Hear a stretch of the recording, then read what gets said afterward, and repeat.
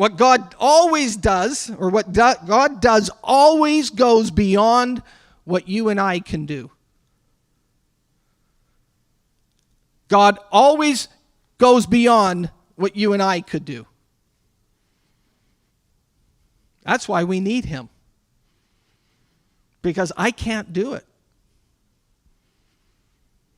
I think our world around us is showing that we have limits and limitations.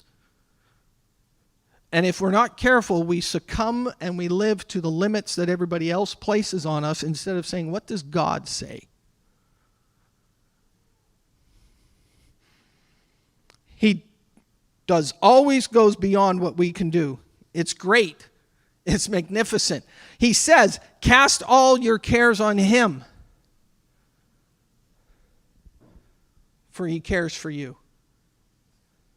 That's 1 Peter chapter 5. Anybody here got anxiety? Because one of the words for cares in that passage, one of the versions has it as anxiety. He says, cast that on me because I take that for you and I care for you. In another passage in Matthew, he says, come to me, all you who are weak and heavy laden, and I will give you rest. And if you continue reading that, it says, I will give you rest for your soul, your mind, your will, and your emotions. God is a spirit, but he cares about your being. In fact, in creation, it says he breathed the breath of life and we became a living soul.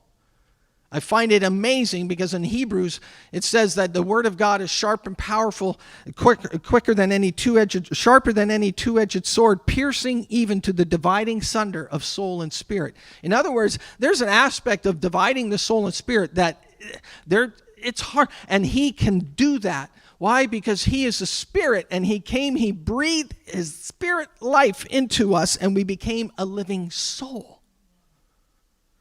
He cares about you. He cares about mental health. He cares about well-being. He cares about your concerns, your worries. It says in Ephesians, he is my peace that has broken down every wall. What he can do goes beyond, every single time, go beyond what you and I could do. His power is great.